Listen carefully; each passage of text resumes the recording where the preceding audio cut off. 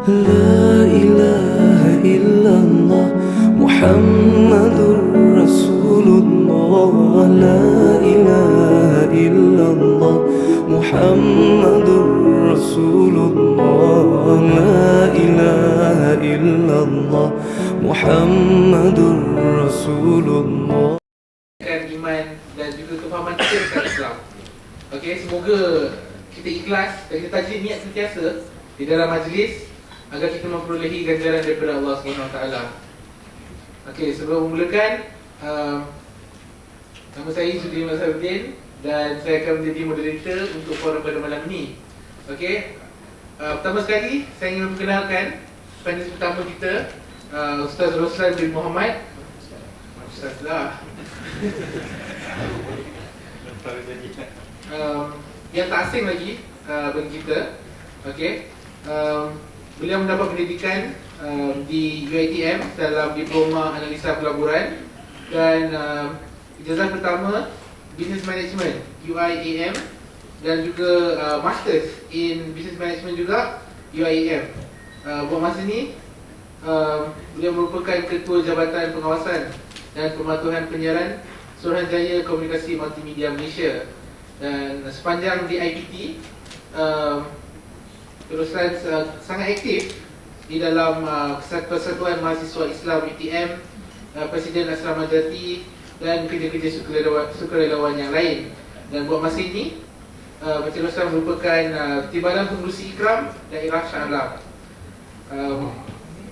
Untuk panelis kita yang kedua, iaitu Tuan Haji Nicholas Sylvester atau Muhammad Abdullah, mendapat pendidikan tertinggi Masters in Business Administration MBA in Strategic Marketing University of Hull UK dan kini menjadi professional trainer in Leadership Training, Strategy, Management and Personal Development dan memegang jawatan Managing Director Success Excellence Centres Nia Berhad dan pengerusi jawatan kuasa dakwah Ikram dan juga Hidayah Center Foundation.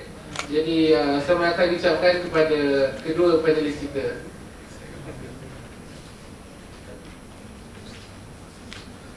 Okey, so jadi apa siapa tahu apa topik hari ni? Topik hari ni you are the future kan? Kita adalah masa depan.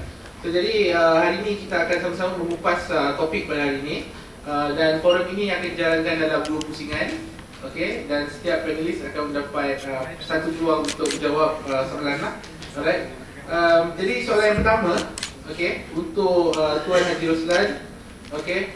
Kita semua maklum pemuda merupakan tiang negara, generasi muda harapan bangsa. Okey, kita dengar sentiasa ungkapan ni. Okey, sebagai pembuka bicara, okey, as a starter, bolehkah Tuan mengupas mengenai istimewanya orang muda sebagai golongan yang memiliki kekuatan, potensi, harapan, potential youngsters ni lain daripada yang lain, dan at the same time boleh relate dengan kekuatan pemuda zaman Rasulullah dalam sirah kehidupan Rasulullah dan para sahabat serta sejarah manusia. Jazakallah khair kepada pengisi majlis yang anda hormati Akhuna Penyikas dan Profesor Dr. Latif dan Profesor Datuk Dr. Rahim dan juga syarah-syarah yang ada, dan seterusnya kepada buah hati kami, anak-anak muda ini semua.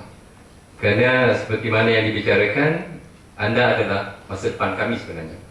Apa dan kenapa saya datang sini walaupun dalam keadaan saya kurang sihat ialah kerana cinta saya pada kamu semua.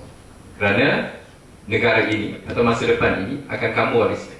Secara generalnya, kami semua akan mati cepat kerana kami dah tua, kan? Dan kamulah yang muda yang akan mengambil alih tempat kami. So saya tak nak kamu semua jadi tiang. Kita tak nak jadikan kamu semua tiang. Kami nak jadi kamu adalah orang-orang yang menggerakkan. So saudara dan saudari yang saya kasihi, bila kita kata tentang pemuda ni, sifat pemuda kalau kita tengok tadi dalam Al-Quran, ketika Allah Azza wa Jalla membicarakan tentang surah Al-Kahfi itu, saya nak membawa ayat yang menunjukkan sikap atau sifat pemuda yang kita nak lahirkan. Dan ini adalah merupakan sifat yang memang ada pada pemuda. Tapi bukan tidak ramai pemuda yang begitu. Kalau bila kita cakap tentang pemimpin, tidak ramai orang yang nak jadi pemimpin. Kalau jadi pemimpin ni susah. Jadi pemimpin ni kena banyak memberi. Hari itu saya berpeluang untuk dengar Dr. Tariq Suwaidan punya apa ni. Dr. Tariq Suwaidan ni, subhanallah, he already taught 70,000 trainers. And in fact, kalau dalam Forbes punya tu, he's the second most assault speaker yang dicari. In terms of revenue, dia juga adalah orang yang hebat. Dia ada satellite TV, dia publish buku. Dia beritahu masa dia mengajar tentang leadership, dia beritahu tentang suatu perkara Mr. Normal. Mr. Normal ni ialah orang yang dia dilahirkan Mr. Normal. Dia biasa je, kan? Dia akan jadi macam manusia biasa, dia akan hidup, dia akan makan, dia akan mati. Normal saja. Dia tidak ada sesuatu yang lain yang dia buat. Dia kalau belajar pun, dia lulus normal saja. Kalau orang semua dapat skor 4, dia dapat 2.0. Kalau boleh sikit 1.67, okey dah untuk dia. Dia normal. Kalau dia hidup nanti nak kahwin pun, dia nak kahwin dengan cara yang normal. Orang yang normal. Semua kehidupan dia normal. Nanti dia nak kerja pun, kalau boleh kerja normal. Kerja makan gaji, kerja apa, normal. Kan? Habis dia cerita ni, ada seorang budak tu datang pada dia tanya, Dr. Tariq Suwaidan, I love to become Mr. Normal. Because it seems that Mr. Normal is enjoying his life. Hidup dia senang saja nampaknya. So dia kata, how do you answer that question? Because here I am, trying to motivate and train people to become leaders. And this guy was saying, I wanted to become Mr. Normal. Kecil lah kan? Dia yang sepatutnya mendidik orang untuk menjadi leaders, dia ingat lepas dia cakap Mr. Normal ni akan lahir perubahan, changes in thinking. Bahawa dia tak nak jadi Mr. Normal. Dia nak jadi Mr. orang biasa, yang lebih luar biasa. So Tariq was thinking, macam mana dia nak explain pada dia? Dia kata satu perkara yang didapati semua manusia terima hakikat, ialah apabila kita memberi, selalunya ia akan membawa kegembiraan kepada kita. Ini adalah semua agama agreed on this philosophy. Dengan lebih banyak memberi, kamu akan lebih banyak gembira. Kerana kamu membantu orang. Dan orang nanti akan membantu kamu balik. So dia kata, Mr. Normal ni, dia tak banyak memberi. Tapi leaders adalah orang yang banyak memberi. Kenapa saya nak utarakan perkara ini? Kerana ramai daripada kita yang tak nak jadi leaders. Yang tak nak jadi leaders. Kalau boleh nak hidup biasa saja. Kerana jadi pemimpin ni, dia akan berhadapan dengan banyak ujian. Dia kena berhadapan dengan banyak kesusahan. Ini satu perkara yang harus kita terima. Itu sebab Imam Banna rahimahullah, ketika dia bercakap tentang kepada pemuda, dia memberitahu perkara pertama yang Allah mahukan dari kamu, wahai pemuda, ialah kamu mesti yakin pada diri kamu sendiri. Kamu perlu sedari di mana kedudukan kamu. Kamu perlu yakin bahawa kamu adalah pemimpin dunia. Walaupun musuh-musuh kamu mahu merendah-rendahkan kamu. Kamu perlu yakin bahawa kamu adalah guru buat seluruh manusia. Walaupun secara zahirnya orang lain lebih menguasai kehidupan dunia ini. Namun segala kesudahan akan berpihak kepada yang bertakwa. And he was mentioning this at the age of 28. Dia develop ikhwan at 23. Kalau kita nak tengok, ada ni tanya tentang pemuda, hebatnya pemuda. Kalau kita nak tengok, kita tak nak tengok dulu sirah. Kita tengok manusia yang telah merubah dunia ini dari sudut teknologi. Siapa buat Google? Semua pakai Google, tapi tak tahu siapa buat Google. Siapa buat Google and at what age? Larry Page and Siri buat at Google at the age of 25. Siapa yang tak tahu, yang tak ada pakai Facebook? Siapa yang buat Facebook? Mark Zuckerberg. Dia beli WhatsApp 16 billion. And do you know bila dia develop Facebook? At the age of 24. And bila lagi seorang yang telah meninggal dunia dah, dia dah bukan Jobs lagi dah, dia bukan Steve Jobs, dia jobless dah. Dia dah meninggal kan? Siapa? Steve Jobs. Dia buat Apple. Bila dia buat Apple dengan Steve Wozniak? At the age of 21 years old. And these people change the world. Do you know, do you understand why Zuckerberg dia buat Facebook. Dan kenapa dia nak beli WhatsApp? Dari kecil lagi dia punya cita-cita, impian dia ialah untuk membolehkan seluruh dunia untuk komunikasi dengan mudah. Kerana itu saja dia buat Facebook. Kerana itu dia buat Facebook. Dan kerana itu juga dia beli WhatsApp. Kerana Facebook dia tak ada phone number, WhatsApp dia ada phone number. Now they hold everything. You see, at the age of 25, he was thinking at that.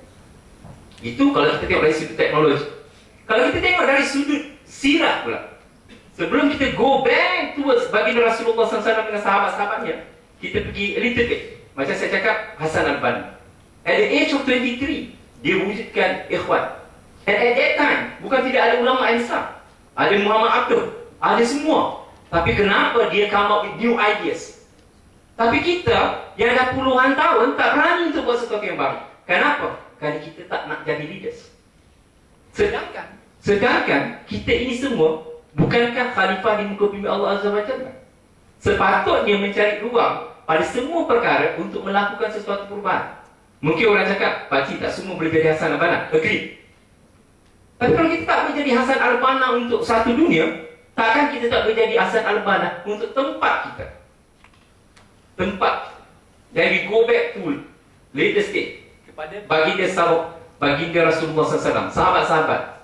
Rasulullah sendiri mengatakan bahawa sesungguhnya yang mendukung perjuangan aku adalah pemuda, dan yang banyak menentang aku adalah golongan tua. Maka oleh kerana itu, berwasiatlah dengan baik untuk mereka. Nah, itu sebab pakcik datang sekarang. Nampak tinggi suara tu bukan marah, kan? Nak bagi adik semangat. Kerana adiklah harapan kami. Kami dah tua, saya dah tua. Kalau Selatin mungkin dah muda lagi, saya dah tua. Tak penat dah rasanya. Dan sekarang kalau boleh adik-adik lah, kerana kerja kita masih banyak lagi. Kita tengok di zaman sahabat, kebanyakan sahabat-sahabat yang mendukung baginda Rasul, yang saya nak cakap macam Umar Al-Khattab, masa dia convert Islam, umur dia 26 tahun. Tapi tengok lepas tu, he develop apa yang jadi akhirnya, kan? Umar Al-Khattab, dia, in fact, Dr. Tariq Suwaidan memberitahu bahawa Umar, in fact, ayat Quran kata Al-Anfal tu kan, dia dapat duit perang tu, bagikan kepada orang yang prajurit perang. Tapi di zaman dia tak buat. Walaupun tu ayat Quran. Kerana di kala itu empire Islam besar. Waktu itu dah ada banyak. Dia berikan gaji kepada semua tentera. Therefore dia tak bagi. Nampaknya jadi lagi macam hari tu kan, masa saya buat yang farmasi tu. Dia hilang. Oh, kena guna tak apa. Itu Umar Khattab. Mus'ab bin Umair, umur dia 24 tahun ketika dia memeluk Islam. Apakah sumbangan Mus'ab kepada Islam? Ia adalah orang yang membuka Madinah dan menyediakan Madinah untuk dijadikan negara yang pertama, negara Islam. Dan saya ketika mula, masa umur saya puluhan tahun, 20 tahun, saya membaca cerita mengenai Mus'ab, saya menangis. Dan saya berjanji, Allah, kalau kamu berikan saya anak lelaki yang pertama, maka akan saya namakan Mus'ab. Dan saya dapat Mus'ab saya pun. Ya. Itu sebab bila orang kata nama saya, anak saya Mus'ab, dia kata, Rostan have got his Mus'ab. Because when I read about Mus'ab, subhanallah, apa yang dia lakukan. Again, kita tengok Abdullah ibn Abbas. Dari kecil, this is something yang pemuda kena belajar. Abdullah ibn Abbas, dia jadi hebat. Dia jadi seorang faqih. Kenapa? Dari kecil lagi, dia buat hubungan dengan baginda Rasul. Dia memang menjadi, kira Rasul itu ialah mentor dia. Ambil wudu untuk Rasul. Whatever yang Rasul punya keperluan, dia bantu. Dia minta. In fact, banyak hadis. Kat 40 tu, ada satu hadis yang terkenal. Rasul kata kepada Abdullah, kalau kamu nak minta sesuatu, mintalah pada Allah. Kan ada hadis yang tu. Nak tunjukkan how close and how near Rasul Ibn Abbas. Sampai dia itu seorang yang faqih kepada agama. Namun sifat dia, walaupun dia adalah anak saudara kepada baginda Rasul, bila dia nak belajar ilmu, dia datang kepada Ibnu Mas'ud. Ibnu Mas'ud tengah tidur, dia tunggu Ibnu Mas'ud sampai bangun. Ini pemuda di zaman dahulu, cintanya kepada ilmu. Usama bin Zaid, 18 tahun, dilantik menjadi tentera perang. Tahu Umar marah. Umar kata pada Abu Bakar, Abu Bakar, kenapa Rasulullah melantik budak kecil untuk pimpin kita? Pimpin kita ni. Ini Umar Al-Khattab was saying that to Abu Bakar. Abu Bakar kata apa mes ni? Kalaulah kamu ini lebih baik daripada Usama, maka Rasul telah memilih kamu. Terdiam Umar. Ini bila tak sesuaian kata there is no such thing as seniority dalam pimpinan. If you have leadership quality, you become leaders. Walaupun umur dia 18 tahun. Dan Usamah terus. In fact, bila Rasulullah meninggal, Usamah tetap dilantik menjadi panggil perang untuk Qadisiyah, kalau mistaken, untuk peperangan. Okay, that is Usamah bin Zaid. Dia juga dilatih oleh baginda Rasul, very close dengan baginda Rasul. Begitu juga dengan siapa lagi yang kita kenal, Ja'far Abi Talib. Apa sumbangan Ja'far bin Abi Talib? Ja'far bin Abi Talib adalah orang yang pertama yang pergi berhijrah ke Habsyah, yang pandai dan bijak ketika dia didatangi dengan soalan-soalan daripada daripada Raja Habsyah, dia boleh menjawabnya dengan baik. Waktu itu dia masuk Islam, umur dia 18 tahun. So pemuda adalah masa depan. Kenapa? Kerana pemuda dia tak ada banyak baggage. In fact, kalau kita tengok pembelajaran pun manusia, masa kita kecil, kita kreatif. Kita boleh buat semua benda yang kita nak buat. Tapi bila kita makin lama makin tua, kita banyak belajar dari experience, kita jadi lagi takut.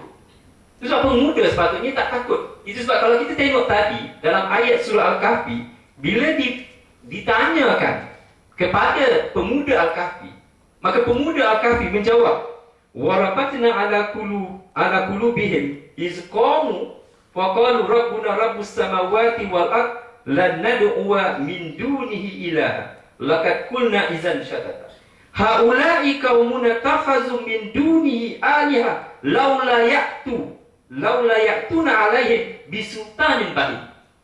Tengok pemuda Kahfi itu, dia bangun bercakap, Tuhan kami adalah Rabbuna Rabbuna Rabbus samawati wal. Tuhan aku dan Tuhan yang menjadikan langit dan bumi. Sekarang aku nak tanya pada kamu pula.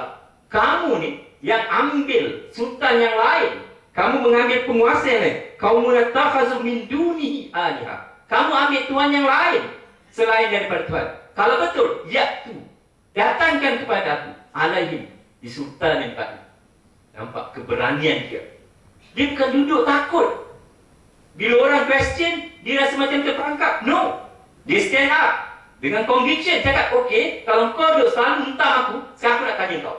Kalau kau benar, bawakan kepada aku. Baik. Ini pemuda. Ini sifat pemuda yang mesti ada. Ada dua dalam ayat Quran yang menceritakan. Salah satu lagi, pemuda, kenapa pemuda ini mesti berani? Ialah ayat ketika berhala dihancurkan, orang bertanya, siapa yang menghancurkan berhala ini?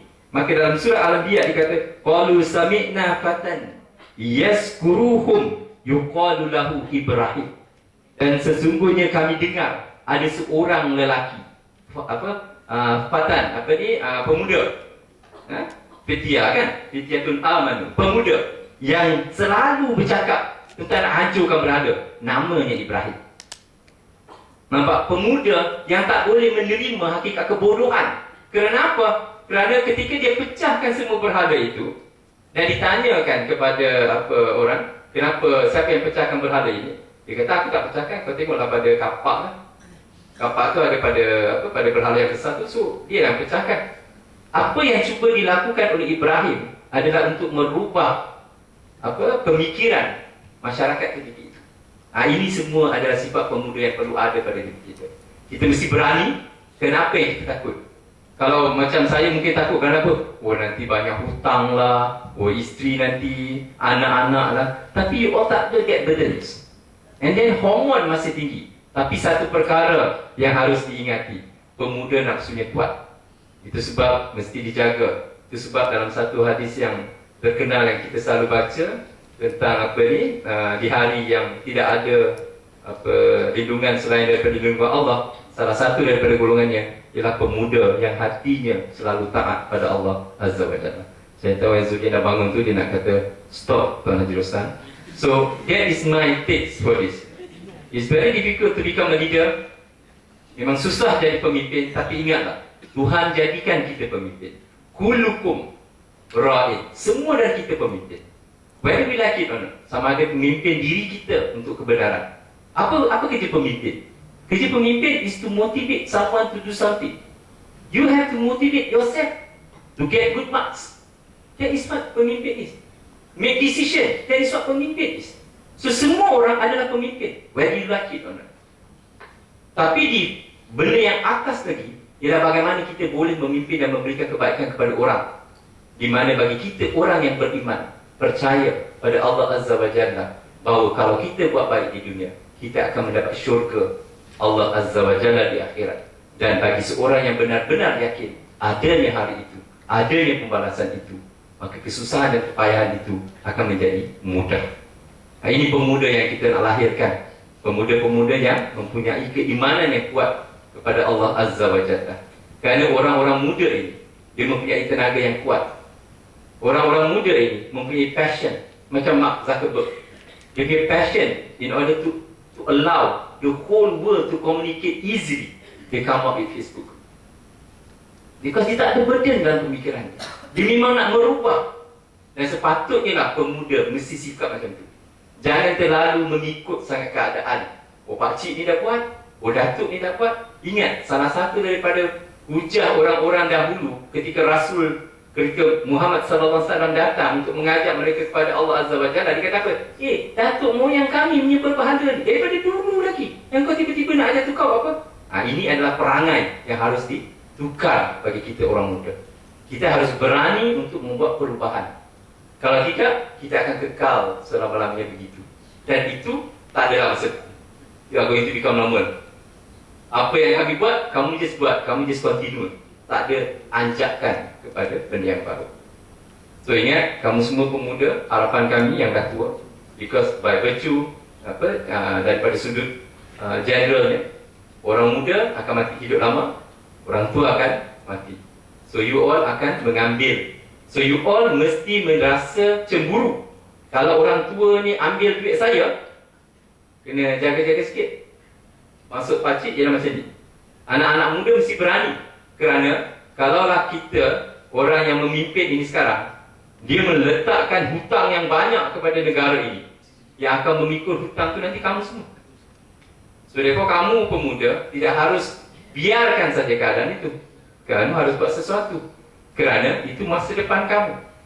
Mereka mencuri masa depan kamu dengan meletakkan bebanan kepada kamu. Itu bukan suatu yang baik, kan? So pakcik rasa cukup sekadar itu, Azudin. Wallahu a'lam bishawab.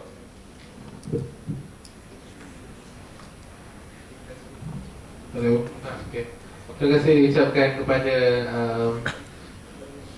Tuan Haji Ruslan tadi atas satu perkongsian yang memang penuh semangat kan, penuh semangat. Kita rasa pemuda ni, kalau kita tengok dalam TV ke, what we feel is peer pressure je kan, stress. Actually pemuda ni ada satu potential yang kalau kita belajar tu, kinetic energy tu dah bergerak kan. It has so much potential to be greater than you are right now kan. Dengan Tuan Haji Ruslan cerita tadi. Okey, seterusnya untuk soalan kedua kepada panelis kita yang kedua, Ustaz Muhammad Nicholas. Okey, kita sebagai remaja, macam saya sebut tadi, we are subject to peer pressure. Kita ada hormonal imbalance, rasa dalam diri tu kurang, rasa rebellious, rasa nak memberontak, rasa yang bergelora di dalam jiwa tu kan, dan mencari identiti dan nilai diri.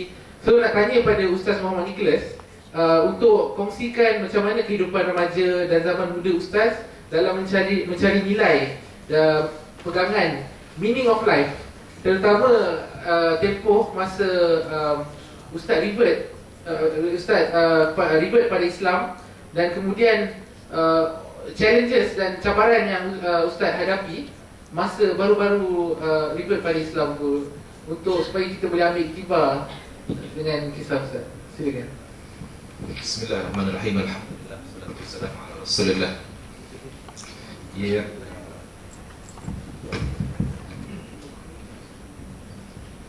saudara moderator yang mantap dan tampan, akan panelis yang bijaksana. Tidak lupa kepada Datuk Dr. Ibrahim,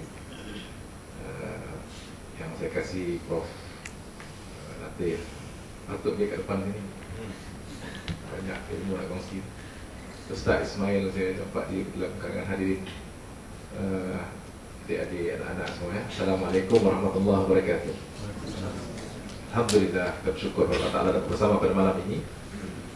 Satu majlis yang penuh, dipenuhi oleh bukan hanya manusia tapi juga malaikat, insyaAllah, yang mencari-cari majlis seperti ini. Dan soalan yang ditanyakan, soalan yang cukup mudah untuk jawab sebab dia pengalaman. Tak perlu nak buat kajian. Memang apa yang saya telah lalui.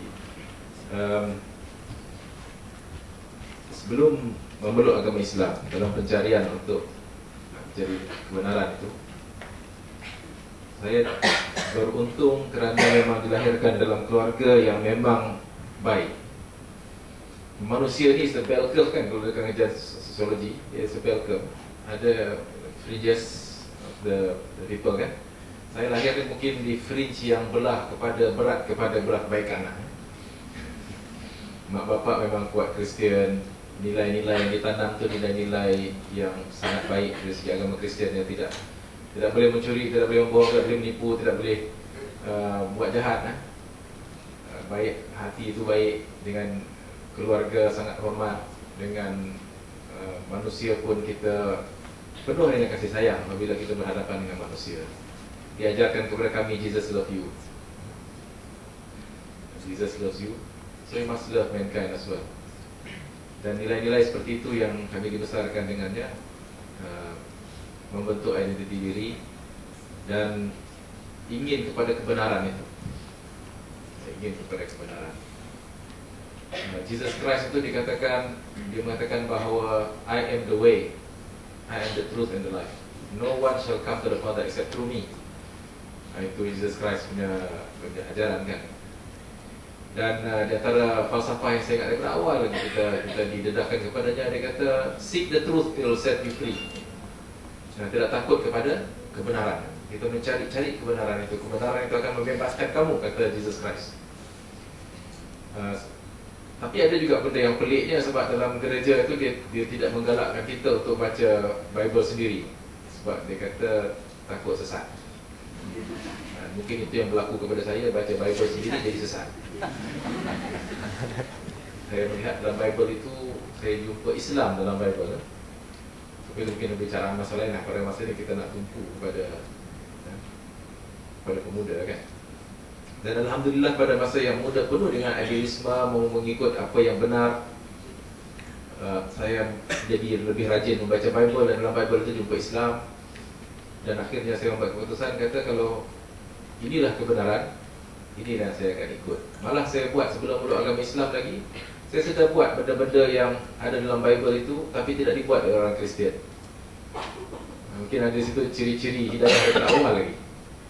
Bila nampak dalam Bible, dalam kitab Leviticus chapter 11 verse 7 to 8, terjemahannya Imamat bab 11 ayat 7 hingga 8, yang mengatakan diharamkan makan ba alif ba ya baby. Bila diharamkan itu, saya kata ini dalam kitab saya ni. Saya tengok orang Islam tak makan, tapi kita lantak dia macam ni. Saya kata tak boleh. As early as 13 years old, I was not taking it anymore. Saya kata benda ni diharamkan dalam kitab. Orang Islam tak makan, orang Kristian kenapa makan? So mungkin di situ ada rebellious punya karakteristik lah sedikit tu budak awal lagi. Saya tengok dalam kitab yang pertama dalam Bible itu Genesis, kitab Kejadian chapter 17, dikisahkan mengenai the prophet of all. Nama dia ialah Abraham. Dan saya dapat tahu kemudian dia orang Islam juga percaya kepada Nabi ini namanya Ibrahim. Dalam kitab itu diceritakan umurnya masa 90 tahun he made a covenant with God. Dia buat perjanjian dengan Tuhan. Perjanjian apa itu? Perjanjian untuk tunduk patuh kepada Tuhan. Dan dalam perjanjian itu Tuhan telah memerintahkan dia kepada Abraham ini supaya dia circumcise himself dan anak-anak lelaki dia berkhatan, mengkhatan dirinya dan anak lelakinya in his household. Maka dia pun mengkhatan dirinya sendiri, umurnya 90 tahun masa itu. Boleh bayang? 70 tahun dia khatan sendiri. Apa dia pakai lah agaknya. Tak nak claim, tak nak lagi. Belum ada masa tu laser surgical, laser semua belum lagi. So most probably dia pakai kapak kot.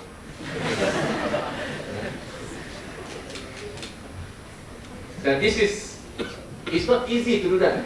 Nak menyunat diri sendiri. Can you imagine 90 tahun buat sendiri. Tapi because he want to follow God's commands kan, dia buat. Dan dia sunat semua anak lelaki dia. Dan daripada Nabi Ibrahim inilah datangnya Nabi Ismail, Nabi Ishak, dan keturunan Nabi yang lain itu, sampailah kepada Jesus Christ, the one I call my Lord, my Savior, my God, Jesus Christ. Dalam kitab Lukas chapter 2 verse 21, Jesus when he was 8 days old, he was circumcised. Jesus bersunat masa usianya, disunat masa usianya 8 hari. So I was looking at the Muslims around me, dan saya lihat orang Islam ni semua bersunat. Bukan saya tengok lah, tapi saya tahu. And when I look at myself and I look at the Christians, dia tak ikut apa yang ada dalam Bible. Saya apa cerita? So pencarian itu membentukkan nilai dalam diri. We know if we want to follow the truth, follow lah, follow fully. Kenapa tinggal sebahagian, ikut sebahagian kan?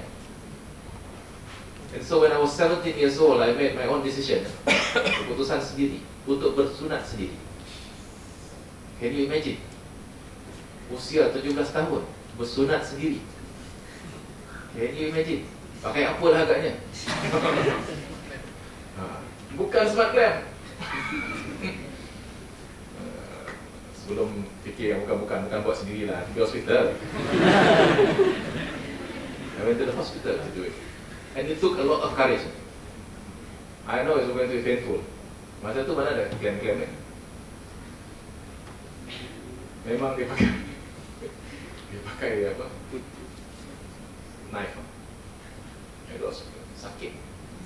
Very painful. 17 years old. Can you imagine?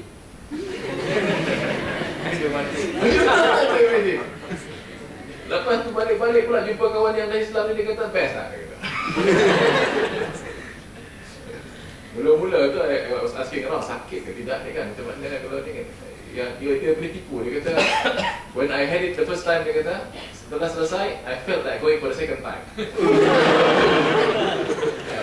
Bila kita begitu, ya Allah sakitnya kan. Not a Muslim yet at that time, but I was facing this dilemma of nak masuk Islam ke tidak, nak masuk Islam ke tidak. Hati memang dah nak tunduk patuh pada agama. Hati dah yakin this is the truth. Tetapi circumstances was such that the pull factor and the push factor was not there. The Muslims around me buat they didn't care. My non-Muslim family pula, of course they didn't want me to leave kan.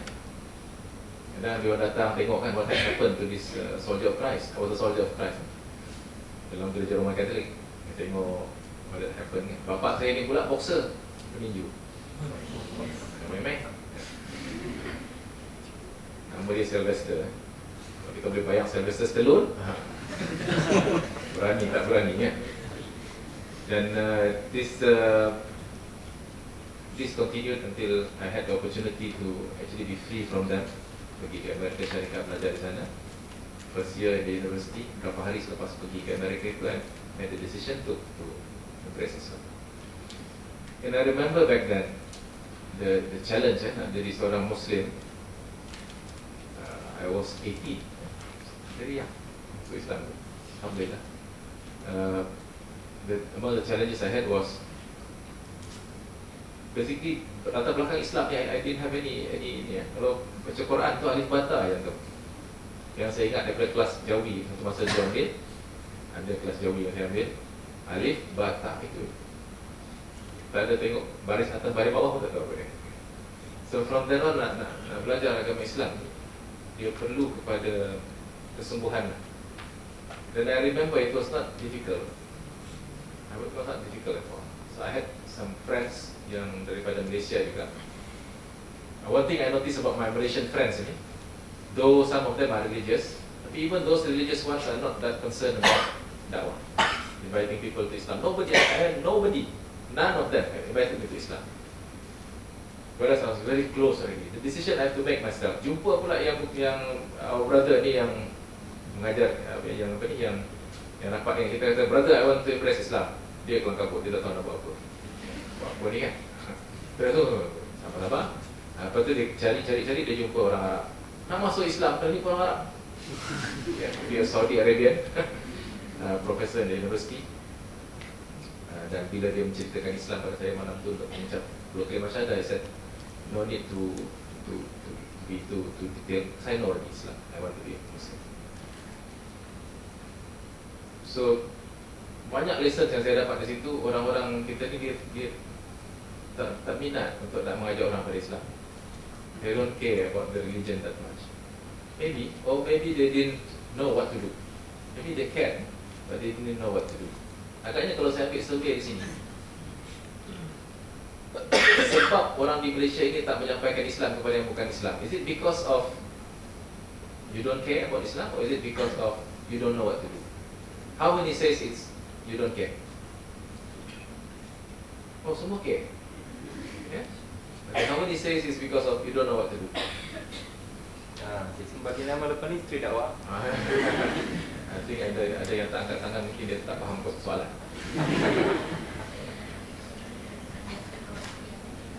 Anyways, when I embraced Islam, the thing that I had to do was to learn about the religion, and it was not easy. Masa tu belum ada internet, belum ada Google, semua ni tak ada lagi. It's a crude version of SMS. Tapi you have to open the computer to open the message, kan? Mainframe, besar-besar mainframe university. In university you have the communication facility lah. Tapi by and large you can't get that knowledge from there. Dan being in mid-south of America, kawasan Bible Belt, was a challenge to be a Muslim back then. I remember my first fasting month. It was in the summer. Jadi imagine berapa jam puasa tau. Pukul 4 pagi ke, pukul 5 pagi you have to start, and you breakfast at 9 o'clock. Itu was my first fasting, full month kan fasting. Big challenge. And nak belajar Al-Quran itu, it was not difficult if you put your focus to it. I think daripada hanya mengenal alif bata, mengenal A, I, U, Ba, Bi, Bu, kemudian sambung, it took me about 2 weeks, 2 minggu saja. So kalau ada siapa-siapa di sini yang rasanya belum boleh baca Quran, that is all it takes. 2 weeks and passion and kesungguhan. Berguru dengan seorang daripada KIK, one of the students daripada KIK, dia ada di kampus masa itu. Every day 1 hour, 2 weeks boleh baca Quran. Alhamdulillah. Of course, tu laju-laju baca dan apa ni, boleh dengan tartil dan sebagainya, tilawah apa ni dengan tajwid, teks maybe dia. Dan saya nak kongsikan suasana tu kan, nak belajar tu kan, how to learn Islam. Dalam at my campus there was an Islamic center sponsored by the Saudi Arabian government. Ada imam-imam yang datang, mereka ada kadang kita beruntung ada yang daripada Masjid Haram, Masjidil Haram punya imam datang mengajar. Dan kita belajar, alhamdulillah. I think my most important, the foundation of Islam that I got from the Saudi brothers, ulama-ulama daripada Saudi, ialah kembali kepada Quran dan Sunnah. Whatever it is, Quran Sunnah, Quran Sunnah, Quran Sunnah. Dan mengisi Sunnah yang sahih. Remember the kitab yang kita cover, Riyadhus Shalihin. Memang setiap khutbah tu mula dengan itulah, kullu bid'atin dhalalah, kullu dhalalatin finnar. The most important thing I learned daripada mereka ini. Dan the other thing that I learned masa di Amerika is keterbukaan. we had people coming to our communities, people from all backgrounds. Kalau nak katakan the schools of thought ini, you have the all four plus the Zahiri plus the di mana yang disebut Asawi dan sebagainya, ada semua tu. We had also people from yang deviated Syiah, Qadianiyah, semua macam-macam lah. Ibn Rashad Khalifah, semua kita, we had exposure to all of that. Tetapi because of the strong foundation of Quran Sunnah kan, we can filter out what was right and what was good. And I remember back then, untuk kita nak belajar ilmu agama ini, we had to travel a lot. Sebab ilmu tu tidak sampai ke Midwest. Kalau kita tengok scholars tu, dia datang, dia fikir-fikir dekat New York, dekat Washington, dekat Los Angeles. Dia dekat fikir-fikir, dia tak masuk sangat ke dalam. Kalau masuk dalam, pergi Indiana, tempat Islam, headquarters dan sebagainya. We had to travel a lot. Among those travelling that we had to do, kita dengar ada Syekh nak berceramah ni di Washington DC. So hari Jumaat kita ambil kereta sewa. Kereta sewa kat sana murah, bukan macam kat Malaysia. Malaysia kena cekik teruk kita. Dekat sana dia kereta very cheap. You can buy a car for $500. Yeah, and then that is a good car. Maybe more than 5 years car, tapi good enough. That in the US. And remember kita ambil kereta sewa $9.99 for 1 week. All you can eat, meaning kalau tengok travel pun lantak lah. Ya, itu dia punya car rent kat sana. We take on Friday, pergi dengar ceramah 2-3 ceramah, balik semula sebab mandi dah nak start sekolah balik. Universiti mula balik kan. Tak jauh mana tu, 20 jam saja drive one way. Atau nak dengar ceramah 2-3 ceramah balik 20 jam. Kalau Indiana Police, Indiana Plainfield, Indiana okey sikit lah, 16 jam je. That's normal, driving. Dan untuk kita nak menghadiri usrah-usrah, tempat kita Alhamdulillah we were among the core campus, ada usrah all the time kan. Ada setengah campus tu kita kena pergi untuk bawa usrah. Dia tak jauh mana lah, dalam 6 jam kan. Tak ada lah, tak jauh mana lah tu 6 jam tu kan. Nothing lah to go and have usrah, kita tak balik kan. Because campus tu tak ada orang bawa.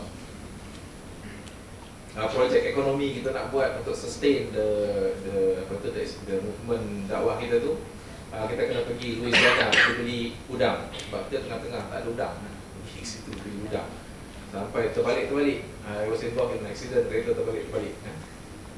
Tapi that was the kind of struggle that we have to go through untuk memperjuangkan agama Allah SWT daripada awal. And I think benda ini banyak memberi didikan kepada diri saya sendiri, bagaimana untuk memperjuangkan agama Allah SWT ini dan bertahan dalam cabaran-cabaran yang dihadapi. Mungkin belum cerita je kan? Cerita ya, itu cerita dia lah. Mungkin kita boleh cerita yang lain lagi selepas ini. Apa yang mengenai dengan Ahmad atau Sabah ya.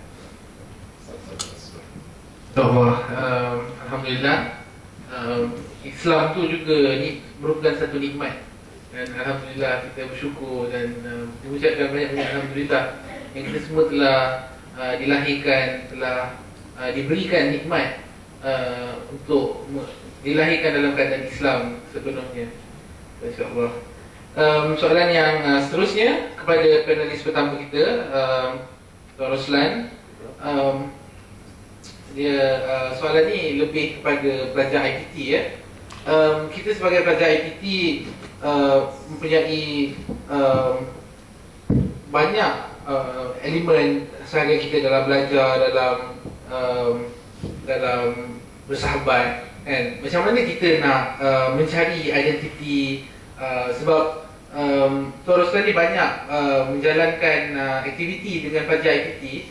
So macam mana kesudahan dalam mengikut pengalaman Tuan Roslan, macam mana untuk membantu pelajar-pelajar IPT ni mencari identiti, dan macam mana peranan yang Tuan Roslan mainkan sendiri untuk membantu pelajar-pelajar IPT ni mencari meaning of life tu, mencari Islam itu sendiri.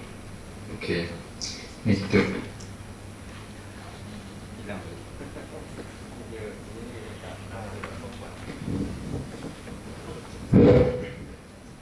macam mana okay. Saya just nak come back to this tajuk. This tajuk is about leaders about future. You are the future leaders. So peranan you all untuk mainkan, untuk membentuk apa ni masa depan Islam yang gemilang, insyaAllah. Kalau kita tengok apa yang sebenarnya Tuan Haji Nicholas biasa terangkan, ciri-ciri nak jadi seorang pemimpin. And Dr. Nicholas, Tuan Haji, dia baru diberikan tokoh Malhijrah. Tokoh Malhijrah yang tak ada apa lah kan. Pasal dia 6 jam dengan 20 jam kan, mana dia biasa kan. So nak tunjukkan bahawa untuk menjadi seorang yang berjaya, kita kena ada semua sifat itu. Kita kena be analytical and critical dalam apa yang kita buat. So semasa saya dengan pelajar, saya juga dulu belajar macam kamu semua juga. Tak lapang kamu semua, pasal saya fahamkan CUCMS ni memang clean semua. Saya belajar di UTM, di UITM dan di UAE. So saya banyak belajar dan berhadapan dengan banyak IPT. Satu perkara yang kita harus sedar, IPT adalah tempat di mana kita boleh membina ilmu. Dan dalam Islam, agama ini adalah agama yang sangat menekan kepada ilmu. Kerana dengan ilmu lah, maka kita akan dapat iman, keyakinan dan kepercayaan. Itu sebab kenapa Iqra, itu sebab kenapa syahadah. Syahadah itu aku naik saksi. Naik saksi itu mesti ada ilmu. Bila kita ada ilmu, barulah kita ada iman. Barulah kita yakin bahawa dunia ini hanyalah sementara saja. Di dunia ini, kita bila ada ilmu, ilmu what does it mean? Memahami hakikat sebenarnya. So apa yang selalu saya tekankan dalam hubungan saya dengan pelajar, saya tak banyaklah. Sejak saya kenal Islam, umur saya 15 tahun, sampailah sekarang, saya punya kerja bawa usrah saja. Dan sudah adalah ratusan orang yang saya bawa.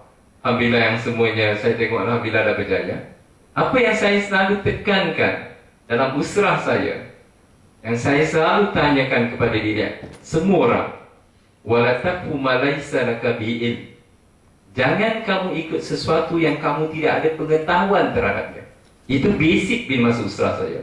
Kenapa? Kerana saya tak nak kita ni, orang yang ikut Islam atau kembali kepada Islam, tidak jadi seorang practicing Muslim, kita hilang kehebatan kita. Sedangkan bila kita Islam, sebabnya kita jauh lebih baik. Kerana kita Islam dengan kefahaman. Kita orang yang beriman. Beriman dengan apa? Beriman dengan Allah. Sebagaimana tadi orang yang dalam surah Al-Kahfi itu, keimanan dia kepada Rabbunallah Rabbus samawati wal ard. Kalau Tuhan aku ini yang menjaga seluruh alam dan bumi ini, apa yang aku harus takut? Apa yang harus aku bimbang? Kalau aku berada di tempat yang benar. Dan kalau kamu kata kamu benar, maka datangkan hujah. Orang yang punya ilmu saja yang akan berani cakap macam tu. Kalau dia tidak punya ilmu, dia tidak berani nak engage dengan orang. Kerana dia tidak punya apa-apa untuk debate dengan orang, nak dialog dengan orang.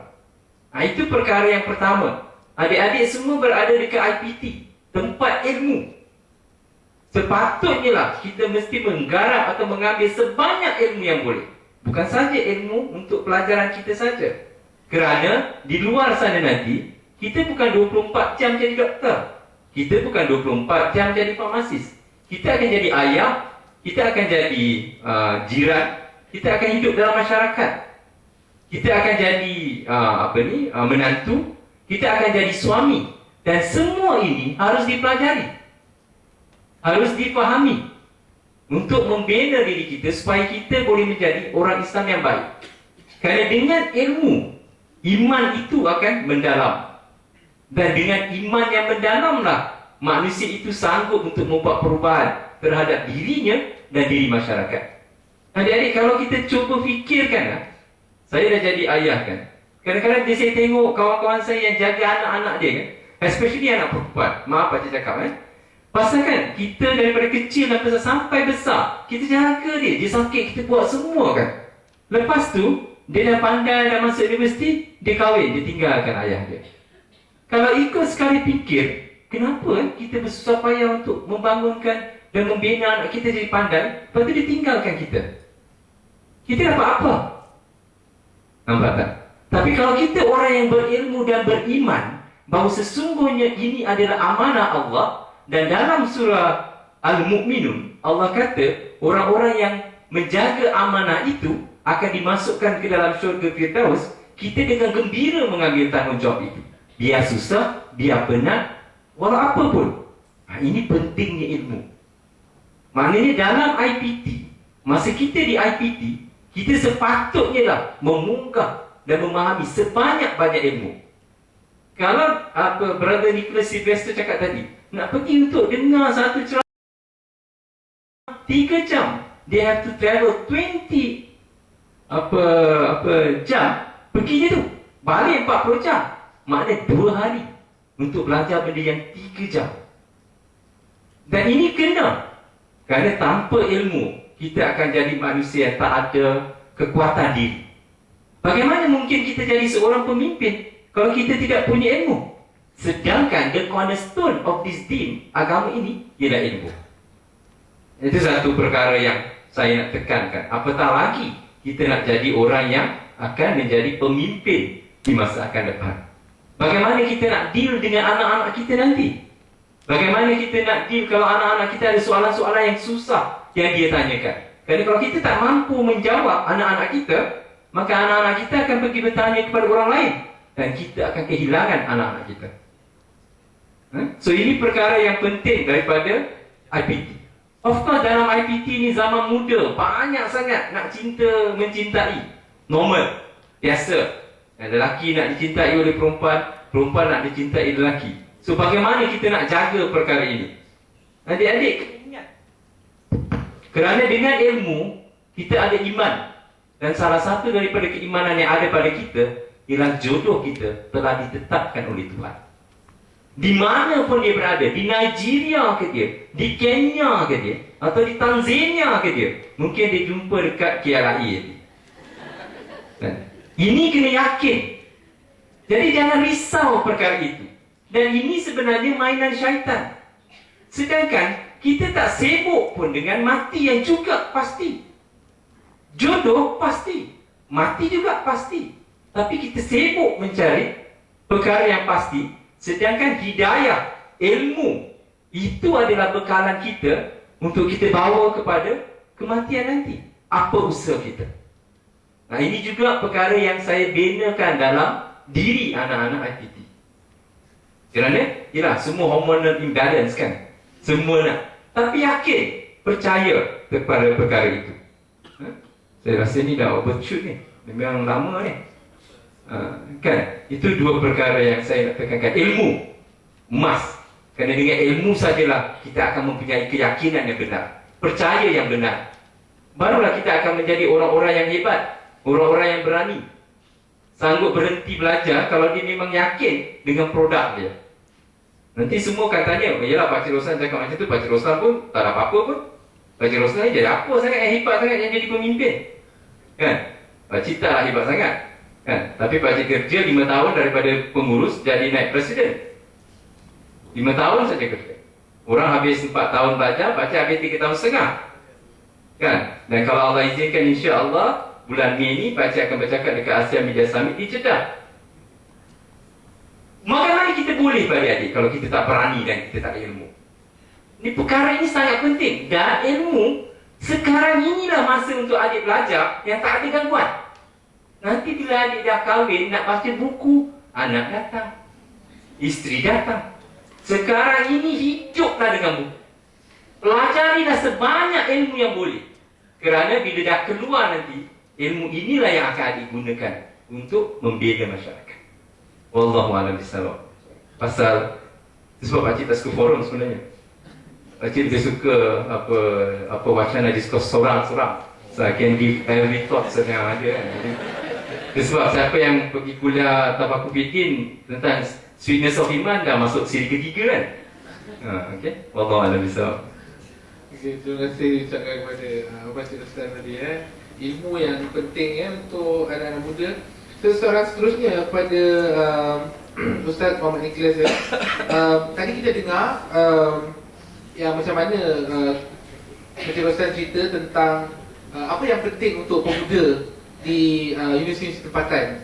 Jadi macam experience Tuan Ruslan lebih kepada universiti tempatan dan bagi side Ustaz Nicholas pula di luar negara. So macam mana cabaran dia daripada luaran dan cabaran dalaman pelajar-pelajar di luar negara untuk jadi lebih baik? Alhamdulillah, salatu wassalamu ala Rasulullah. Luar negara, dalam negara saya cabarannya sama, lebih kurang. Lebih kurang. There was a question asked to me by one wartawan. Dia kata, apa cabaran-cabaran yang terlalu sukar untuk dihadapi daripada pengalaman kan? Saya reflect balik, fikir balik. Saya kata tak ada lah. Tak ada apa yang nak dijawab. Bukan sebab kita tak ada, benda tu memang ada. But actually external punya cabaran ni, macam mana pun bentuk, mungkin berbeza-beza bentuk itu, tetapi cabaran luaran ini is not as great as cabaran dalaman. Cabaran kami masa mula-mula di Amerika dulu, masa mula-mula saya memeluk agama Islam, yang ada cabarannya, kalau as a community, we had a lot of rednecks, saya panggil. Orang-orang yang, kalau terjemahan bahasa Melayunya, leher merah. Rednecks.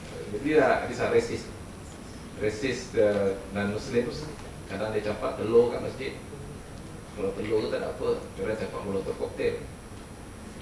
Tapi this kind of challenges, evangelization, orang datang ke masjid nak sampaikan agama Kristian dia, Jehovah Witness especially, ketuk ke rumah-rumah dan sebagainya. Dan benda ni berlaku di Malaysia. Evangelization berlaku di Malaysia. The rise of the other religious punya ni apa, kesedaran disertai dengan ekstremisme dan sebagainya. Benda tu berlaku di mana-mana kan. Tapi yang lebih penting lagi sebenarnya ialah dalaman kita, cabaran dalaman itu. How you overcome the external challenges with iman, with strength kan? Bolehkah kita apabila menghadapi cabaran-cabaran, kalau kita dengar kisah sahabat Anbiya, Nabi Ayub contohnya kan, it's another manifestations of challenges yang eksternal, yang syaitan bawa kepada Nabi Ayub kan. Dengan begitu hebat sekali cabarannya, tapi dengan kekuatan keimanan boleh dihadapi. Bagi kita mungkin cabaran-cabaran luaran tu macam-macam jenis cabaran, tetapi yang lebih penting lagi ialah dalam kita bagaimana kita kekal dengan berpegang kepada agama Allah SWT ini. Are we going to be steadfast in terms of the akidah? Apakah kita akan berpegang terus dengan akidah yang kita pegang ini dengan macam-macam jenis cabaran? Lagi tinggi imannya, lagi tinggi kedudukannya, lebih kuat cabaran itu akan datang ya? Dan cabaran itu mungkin dalam bentuk yang tidak kita sangka-sangka. Sebab itu kita kena minta selalu kepada Allah SWT supaya kita ini kekal dalam Allahumma ya muqallibal qulub tsabbit qalbi ala dinik wa ta'atik. Kita minta selalu kepada Allah Ta'ala. Jangan kita terlalu rasa bangga dengan kita punya kedudukan sehingga kita merasakan nakam lah, tak. Seolah-olah begitu kan, sombong pula, takabur pula dengan apa yang ada pada kita. Cabaran dari segi akidah, cabaran dari segi ibadah kan? Bagaimana supaya kalau dari segi ibadah ini, macam mana pun ujiannya kita tidak jatuh below certain level yang minimal dalam agama kita. Yang tinggi-tinggi itu of course memang kita mengharapkan kita boleh melakukan ibadah yang tinggi-tinggi, dan kita mengharapkan bahawa kita boleh membawa impact kepada dunia. Kita kena fikir begitu kan. Syekh Tariq Suhaidan dia mengatakan, kita Tariq Suhaidan kan, 98% of the people, sebab dia sebut ke tidak masa ini, tapi dia kata 98% of the people will live an obscure life. They live unknown, they will die unknown, they will forgotten when they are in the grave. Mereka akan hidup secara tidak dikenali, mati mereka tidak diketahui, kubur mereka pun tidak diingati lagi setelah mereka masuk kubur. 98% manusia. Are we going to be that 2%? And bukan sebab nak diingati oleh manusia, tetapi sebab kita nak amal jariah kita itu berterusan. Kan apa dia 3 perkara yang kita akan bawa dalam kubur? 3 perkara saja. Amal jariah yang berterusan ya, anak yang soleh dan juga ilmu yang diajarkan, kan? Are we going to be among those who will have this thing? Kalau tak kahwin, nombor 2 tadi mana tak dapat ni? Kena kahwin, kena ada anak, baru dapat anak soleh yang mendoakan. Lagi ramai anak, lagi best. Lagi kena anak soleh. Tapi ilmu yang dimanfaatkan dan amal jariah yang berterusan, apakah kita ada menyediakan diri kita untuk yang itu? Saya nak sebutkan orang, siapa pernah dengar nama ni? Dr. Abdul Rahman As-Sumaid. Pernah dengar nama ni? Katakan kalau pernah dengar. Subhanallah. Betul tak pernah dengar? Allahu Akbar. Tak tanya, tak pernah dengar. Siapa yang tak pernah dengar? Double check. Siapa tak faham soalan? Dr. Abdul Rahman As-Sumaid, seorang yang telah mengislamkan berjuta-juta orang Afrika. Dia baru pass away, berapa tahun yang lepas. Dia di antara orang yang pada saya lah, maknanya amal jariah yang berterusan. Sebab apa? Yang orang yang diislamkan ini, orang itu masuk Islam, dia kahwin pula, ada anak-anak pula, semua itu masuk dalam akaun dia. Subhanallah. Demikian juga dengan mungkin yang dia dah kenal sikit lah, Muhammad Yunus, Tarimin Bank. Pernah dengar? Pernah dengar? Tak pernah dengar? Bukan Muhammad Yunus sebelah rumah kita tu, bukan? Muhammad Yunus Bangladesh. Dia dengan mikrokredit dia tu, dia telah menghidupkan kehidupan orang Bangladesh ini dalam berjuta-juta orang Islam, dan menyelamatkan akidah mereka, kerana Nabi SAW mengatakan kadal kufru faqru ayakuna kufran. Sungguhnya kefakiran itu membawa kepada kekufuran, dan memang ramai yang telah kufur di Bangladesh itu kerana dibantu oleh bantuan-bantuan agensi-agensi dunia yang lain. Imam pun boleh kena kasih. Sebab apa? Supaya dia tak melahirkan anak yang ramai. Jadi orang yang bijak-bijak ni tak boleh anak ramai. Biar yang bodoh-bodoh anak ramai, yang imam-imam dikasih untuk syarat dia untuk mendapat pinjaman daripada badan-badan yang bantu. Tapi dengan Tarimin Bank, alhamdulillah. Dan dia mula macam mana Syekh Muhammad Yunus ini? Dia mula dengan 24 US dollar. Dia mula, dia kata dia ada 24 US dollar balik daripada grad daripada ni, dan dia bantu 47 orang perempuan. Ini satu menarik. Kenapa dia tolong orang perempuan kemudian? Tapi dia tolong orang perempuan, 47 orang dia bagi pinjaman, dan dengan pinjaman itu dia mendapati bahawa dia telah mengangkat mereka ini daripada kemiskinan. 47 orang ini bisnes, dan dia kata dia tumpuk kepada orang perempuan, dan orang perempuan dia yang berjaya. Bagi pada orang lelaki, dia belah dapat duit dia tak berapa ni. Tapi orang perempuan sangat membantu. Dan daripada situ dia bermula hingga sekarang ini dah berjuta-juta yang dia bantu. Jadi kita dalam kehidupan ini, kita kena pastikan bahawa kita mempunyai wawasan yang seperti itu, wawasan untuk menjadi orang yang berjaya. Dan yang sebenarnya apa tu, challenge yang paling besar bukan challenge luaran. Boleh saja kita mencari bidang-bidang untuk kita excel dalamnya. Boleh saja kita menghadapi segala cabaran yang ada. Dan kadang-kadang reaction yang kita berikan kepada cabaran luaran ini, kadang kalau kita fikirkan balik macam isu kalimah Allah dan sebagainya, reaction yang tidak seharusnya, kerana berpegang kepada penyelesaian yang lain daripada penyelesaian Islam sebenarnya. Jadi itu kalau kita boleh mengawal diri kita, to be a leader, you must be able to lead yourself first. Itu pesanan Syekh Tariq Suhadan. Saya dapat pesanan itu masa usia saya lebih kurang dalam 22 tahun. Saya berjumpa dengan Syekh Tariq selepas satu daurah. Dia kata, Syekh, give me advice.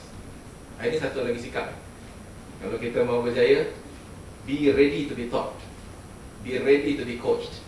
Cari mentor, cari coach, cari syekh, masuk dalam usrah, belajar berterusan. Saya bertanya pada syekh, give me an advice.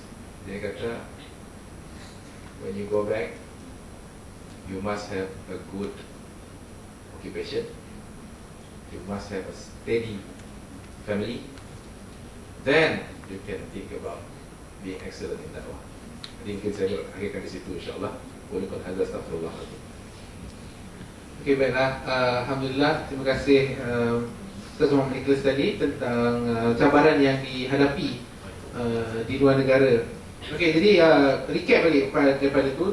Soalan pertama kita tadi tentang kelebihan pemuda. Soalan kedua tentang kisah revert Ustaz Ikhlas. Dan soalan ketiga, cabaran di IPT dalam negara. Dan keempat, di luar negara.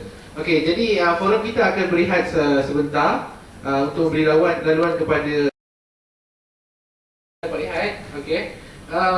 Pusingan dua ni, soalan pertama kepada Tuan Haji Roslan. Apakah bidang-bidang persiapan lanjutan yang patut dilalui oleh para pemuda untuk memastikan kejayaan dalam memberi sumbangan yang besar kepada pembangunan ummah? Dan apakah langkah-langkah yang perlu kita ambil dan apa usaha-usaha yang perlu dijalankan untuk merealisasikan perkara ini?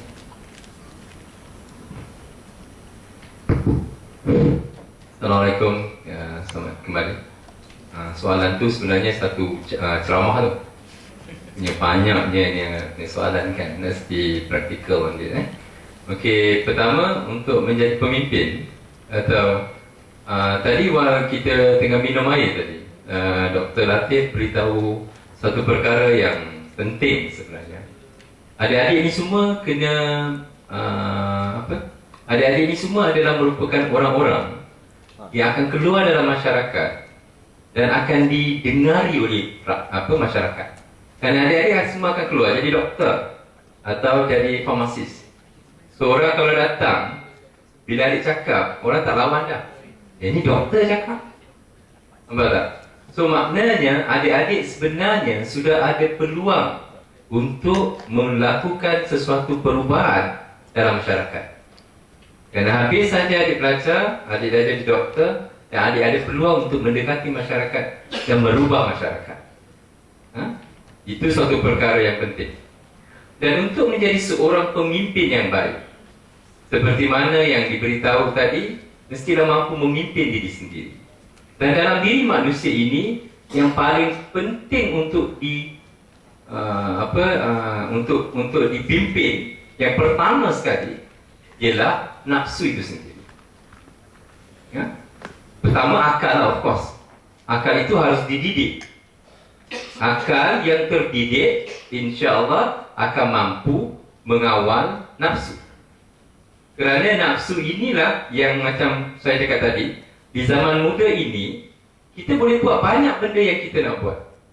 Tapi kalau kita mampu menguasai nafsu kita dan memberikan dia, menumpukan dia kepada melakukan perkara-perkara yang baik, yang akhirnya membentukkan diri kita menjadi seorang pemimpin yang baik. Kita banyak sangat cakap pemimpin. Are we ready to become pemimpin, adik-adik? You know what it takes to become a leader? Dan apa itu sebenarnya seorang pemimpin? Kerana ini adalah suatu perkataan yang besar yang kadang-kadang semua orang suka cakap. Tapi what does it entails? Apa yang perlu kepada menjadi pemimpin? Macam the basis of menjadi pemimpin ialah hadis baginda Rasulullah SAW. Kullukum ra'in wa kullukum mas'ulun an ra'yati. Semua daripada kita pemimpin. Itu kita kena harus terima hakikat. Kita harus menjadi pemimpin. Untuk diri kita, kita mesti mampu untuk menambahkan ilmu. Dengan ilmu itu, kita akan mempunyai keyakinan. Dan dengan keyakinan itu, kita boleh beramal. Dan untuk menjadi seorang pemimpin, kata Tariq Suwaidan, masa pakcik pergi tu, dia kena ada 1, 2, 3, 4, 5 skills, kemampuan yang mesti ada. Dia mesti mempunyai the analytical ability, mampu menganalisa sesuatu sebelum mengambil tindakan. Dan untuk melakukan ability untuk menganalisa sesuatu, di sini pentingnya ilmu. Supaya sebelum kita buat keputusan, keputusan itu dibuat dengan ilmu. Itu perkara yang pertama. Mesti mempunyai kemampuan untuk menganalisa sesuatu perkara. Cuba kita try. Cuba dan try. Ni Tariq Suwaidan ni cerita. Dia kata apa? There is a story about seorang lelaki ni, dia kalau nak buat apa-apa je, isteri dia mesti call dia. Dia suka nak pergi memancing, tapi isteri dia selalu tak bagi. So lama-lama kawan dia decide, kita semua akan ambil phone ini dan kita switch off, semua letak dan kita pergi memancing. So semua pun keluar buat perkara itu. So isteri dia ni keep on calling dia, tak dapat. 1 jam, 2 jam, 3 jam tak dapat. Dan dia start call keluarga dia dan keluarga di sebelah suami dia. Tanya, ada tak dia kat situ? Call kawan-kawan dia semua. Sampai 1 hari tak dapat. Hari yang kedua, dia start call hospital, start call polis. Hari yang ketiga, suami dia balik bawa ikan. Dia punyalah marah. Dia kata, kenapa kamu tak beritahu saya perkara yang kamu nak pergi tangkap ikan ni? Saya punyalah bagai nak gila, telefon sini, telefon sana, panggil polis, panggil hospital. Kalau kamu tak nampak saya hari Isnin, hari Selasa, hari Rabu, awak kisah ke tak kisah? Apa isteri dia cakap pada suami dia? Suami dia kata tak kisah.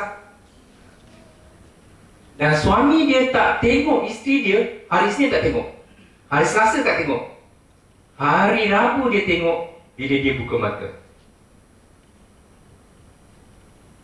Seorang pun tak tahu kan? Kenapa agaknya? Suami dia hanya nampak isteri dia hari ketiga bila dia buka mata.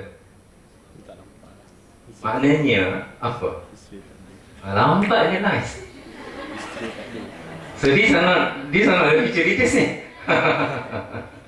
Because Tari Slider was telling this story pada budak-budak lepas dia cerita pada orang tua, ramai yang ketawa, so dia identify. Budak-budak langsung tak ketawa. So dia kata ni, malah budak-budak tak tahu pasal dia orang tak pernah berkahwin. So dia diam saja. Kan? Lepas tu ada seorang budak tu ketawa. This are my future leader. Come here. Why do you laugh? Do you know the story? No. Then why do you laughing? Because my mother says it is very impolite if people tell jokes and you don't laugh. So I just laugh. So itu budak tu cakap. Tapi untuk orang-orang yang dewasa macam kita, tahu tak apa yang berlaku kepada dia? Isteri dia marah dia, isteri dia belasah dia sampai 3 hari pingsan. Hari yang ketiga bila dia buka mata baru nampak isteri dia. Faham tak? Itu dia punya cerita tu. Faham tak? Do you get the story? Hari Isnin dia tak nampak, hari Selasa dia tak nampak, hari Rabu dia nampak ketika dia buka mata dia. Maknanya isteri dia punyalah geram dengan dia. Walaupun dia bawa balik ikan, isteri dia pukul dia sampai pingsan. Sampai hari Isnin, Selasa, Rabu dia tak jumpa. Hari Selasa, hari Rabu bila dia buka mata baru nampak. Lambat nak tahu mana idea saya cerita tak bagus, atau kawan-kawan yang tak dapat tangkap cerita saya. Okay. Pasal masa kita orang tu ramai yang tahu kisah all cerita. So kita orang dapat tangkap dengan cepat. Analytical. Second is you must become an initiator. Seorang pemimpin adalah orang yang suka ambil tanggungjawab. Dia bukan orang yang lari dari tanggungjawab. Ambil tanggungjawab. Kenapa? Bila kita ambil tanggungjawab, kita akan menjadi orang yang berpengalaman. Dan pengalaman itu akan jadi milik kita sampai bila-bila masa. Itu sebab semasa saya bekerja, saya tak pernah cakap tak boleh buat. Apapun bos saya suruh buat, saya akan buat. Kerana semua kerja yang kita buat itu, kita akan dapat pengalaman. Dan pengalaman itu adalah milik kita yang orang lain tak akan. So take initiative. Nak jadi pemimpin, mesti ambil inisiatif. Mesti fikir sesuatu, buat sesuatu. Okay? Ketiga, mesti courage. Mesti berani. Berani membuat keputusan, berani untuk merubah sesuatu, berani untuk go against andaian. Assumption, kalau kita buat ni tak boleh, tak. Maybe assumption tu tak pun. Kan? Courage to do changes. Keempat, serius. Nak jadi pemimpin ni kena serius lah. Tapi janganlah serius saja tu. Maknanya take things seriously. Jangan buat sambil lewa, ad hoc. Tak apalah, kalau ni kan tak dapat, kita jumpa Profesor Dr. Latif. Kalau tak dapat Profesor Dr. Latif, kita jumpa Datuk Rahim. Ambil senang. Kerja tidak ambil serius. Orang yang nak jadi pemimpin, apapun yang dia lakukan, dia must take it serious. Yang kelima, seorang yang nak jadi pemimpin, mestilah orang yang ambitious. Orang yang punya cita-cita yang besar. Dan ketahuilah bahawa kita ini ahsani taqwim. Kita adalah sebaik-baik kejadian yang Allah Azza wa Jalla berikan. Siapa yang dari farmasis? Hari itu siapa yang dengar Pak Cik punya Unleash Your Potential Islamic Way?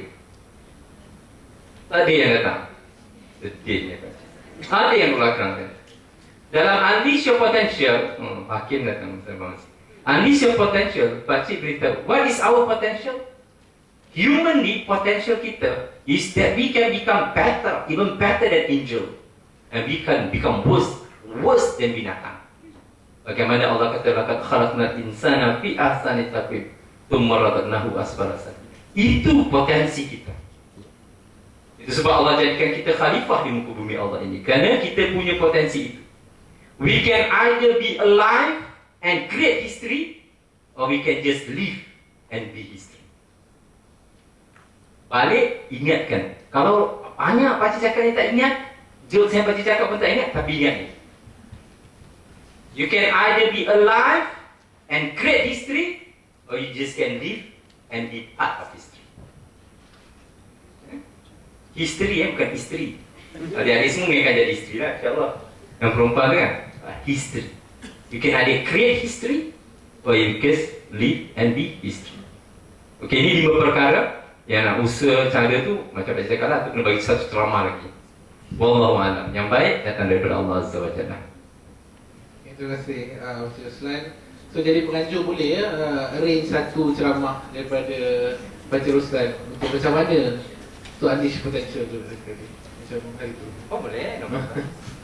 Okey, soalan yang terakhir kepada Ustaz Muhammad Nicholas. Apa pandangan Ustaz tentang persiapan yang macam disebutkan oleh Ustaz Ruslan tadi, dan macam mana Ustaz tengok masa depan yang cerah untuk dakwah usaha penegakan Islam di Malaysia dengan kondisi remaja-remaja zaman sekarang ni, dan apa yang kita patut lakukan untuk improve kondisi yang sekarang supaya kita boleh membentuk umat yang lebih baik, lebih cepat. Macam mana ya? Panjang soalan. Alhamdulillah, salatu wassalam ala Rasulillah. When Pak Ruslan kita was mentioning the 5 element tadi, I noticed not many people were writing. So either your memory is very long, or tak tahu apa dia kan. So boleh saya tanya balik, the first point apa dia? Apa dia? Analytical. Okey, yang keduanya? Critical. Apa dia? Inisiatif. Ketiganya? Courage. Keempat? Serius. Kelima? Okay, alright. So I'm doing it for you, just to check whether you got your point or not. Something very important, ya. Ladies and gentlemen, Anda akan keluar daripada sini dan Anda akan menjadi doctors lah, basically, ya. Some of you will be pharmacists, some of you will be doctors. Who are the people in the society today, doctors, that you can take as a role model of a person you want to be? Prophet. Can you mention some names? Prof Latif? Okay. That's a very flattering mana dia? Dia tak ada. Ada lagi, siapa lagi? Dr. Rahim. Okay. Prophet Mention semua yang ada kat sini ke? Okay, di luar sana. You can imagine siapa yang dekat luar sana can be a good role model. Prophet Temuhaya. Dr. Harlina. Okay, very good. Siapa lagi? Dr. Benjamin Carson. Very good. You need to listen from this brother. Siapa dia? Dr. Benjamin Carson. Siapa lagi yang you can imagine? Prophet Zainul Rashid. Dr. Muhaya. Lagi? Dr. Zainul Rashid. Okey. Siapa lagi? Dr. Hadina sudah disebut tadi. Tak ramai role model. Okay. So, what do these people have in common? Karisma. Why you have mentioned their names? Apa benda yang ada pada mereka? Karisma. Kita dah mengatakan tadi ya, apa yang disebutkan oleh Tuan Haji Roslan tadi, mengatakan either you live macam mana?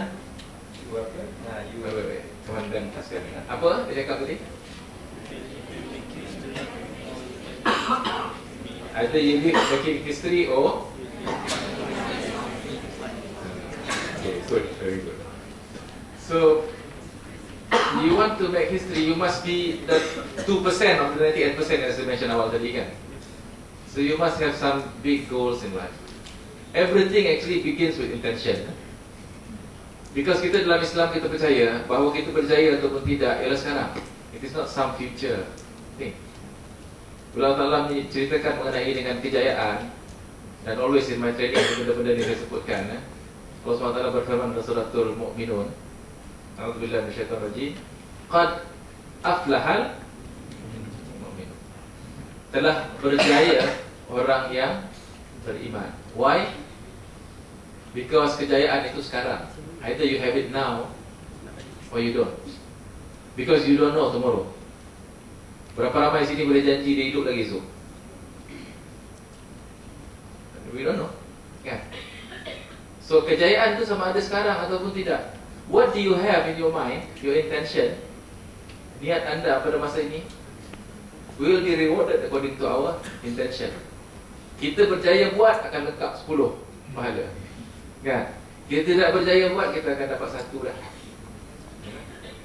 Dan intention ini, kalau kita melihat dalam Arba'in An-Nawawiyah tu, yang silibus kalau kita baca dalam surah tu, yang hadis yang pertama sekali dalam agama ini ialah mengenai dengan niat, kan?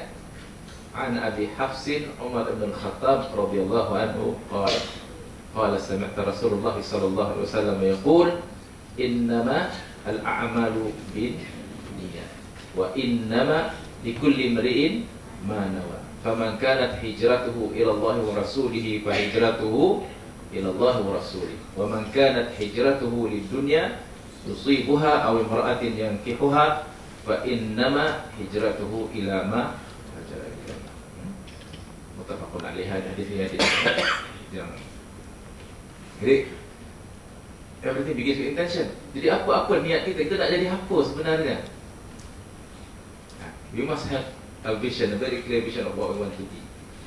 Dan apabila kita sampai ke sana, we must already by this time, kita pada usia yang muda ni, you have a clear intention of what you want to be. That there must be perancangan dalam kehidupan, ya, merancang dalam kehidupan kita. Dan yang selalu saya bawa dalam bidang-bidang latihan, perancangan itu dia kena complete. Rancangan itu komplit meliputi semua aspek kehidupan kita. The person you mentioned, kalau kita katakan Dr. Harlina, she is successful not only in being a public figure, tapi she is a successful doctor as well in her career. She is also a successful wife, successful mother. I believe financially she is also very successful. Yeah.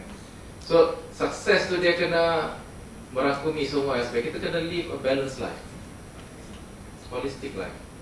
Perancangan itu kena dibuat mengenai dengan kehidupan kita di masa akan datang, mana dan kita merancang itu supaya kita sampai kepada kehidupan yang sempurna. Apa dia bidang-bidangnya? Dalam bidang spiritual kita kena ada perancangan untuk melaksanakan 5 rukun Islam itu. Kalau yang biasanya, yang lain-lain itu will come in place. Tapi haji contohnya, I notice that our Malaysian pilgrims bila pergi ke haji dah 2 kali dah, alhamdulillah. Kita punya Malaysian pilgrims ni masih lagi yang tua-tua yang pergi. Kebanyakan yang pergi orang tua. Yang muda tu masih kurang lagi. Kita tengok jemaah haji Indonesia ramai yang muda-muda. Ya? Sebab sampai kepada tahap kita mampu itu, kalau doktor saya ingat lagi awal lah. Lagi awal kita punya kemampuan itu untuk pergi ke haji. So kena rancang bila kita nak ke haji dan sebagainya. Your spiritual development, and then your knowledge in terms of your mental capabilities kan, your knowledge tu. How you plan in terms of, kalau nak jadi Profesor Muhayya contohnya, what kind of knowledge must you have kan? It's not only your doctor punya bidang kan. Not everybody will want to be someone yang tersohor macam Dr. Muhayya bercakap di TV dan sebagainya. Some of you will want to contribute silently. There is a doctor, for example, that I know di Sabah, nama dia Dr. Suzanne. Apa dengar? She is doing an excellent job in terms of dakwah. Kerana dakwah ni bukan kita nak mengharap kepada ustaz-ustaz kan. Nak buat kuliah di institusi, di klinik, di hospital, kita kena panggil ustaz juga datang berceramah. You can be the person who is doing the dakwah. You could be the person if you have enough knowledge. So you must plan, untuk menguasai ilmu-ilmu yang tertentu yang boleh kita manfaatkan untuk kita sampaikan, untuk mendapat kita punya saham di akhirat. Itu husnul khatimah kita cari di tempat kerja kita. Take your place, if your workplace, as a place of ibadah, of jihad, because maybe there is no other peluang untuk yang lain untuk jihad. Kata di Malaysia ni nak jihad apa kan? Orang mati sebab kekenyangan, mati sebab sakit banyak makan, bukan sebab orang makan. Orang mati bukan sebab bertempur di medan juang, mati accident. Jadi must plan according to your knowledge itu, and then must plan for your physical punya health, your financial punya health. Must plan for your selalu kita ambil the acronym MAPS, mental, emotional, physical and spiritual. So the emotional part ni is your relationship with your parents contohnya. Syekh Tariq Suhaidan satu kelebihan dia, subhanallah, dia how busy he is, every day dia akan call mak dia. Every day dia akan call mak dia. Dia tak miss, every day, walaupun di mana dia berada, dia akan call mak dia. Emotional relationship with your suami, isteri, ya. Susahlah satu keluarga itu orang-orang ahlinya boleh cemerlang dalam dakwah jika berantakan. Anak-anak, bagaimana pendidikan anak-anak? And these are external challenges that if you are able to lead yourself, insyaAllah you'll be able to manage all. Wallahu a'lam.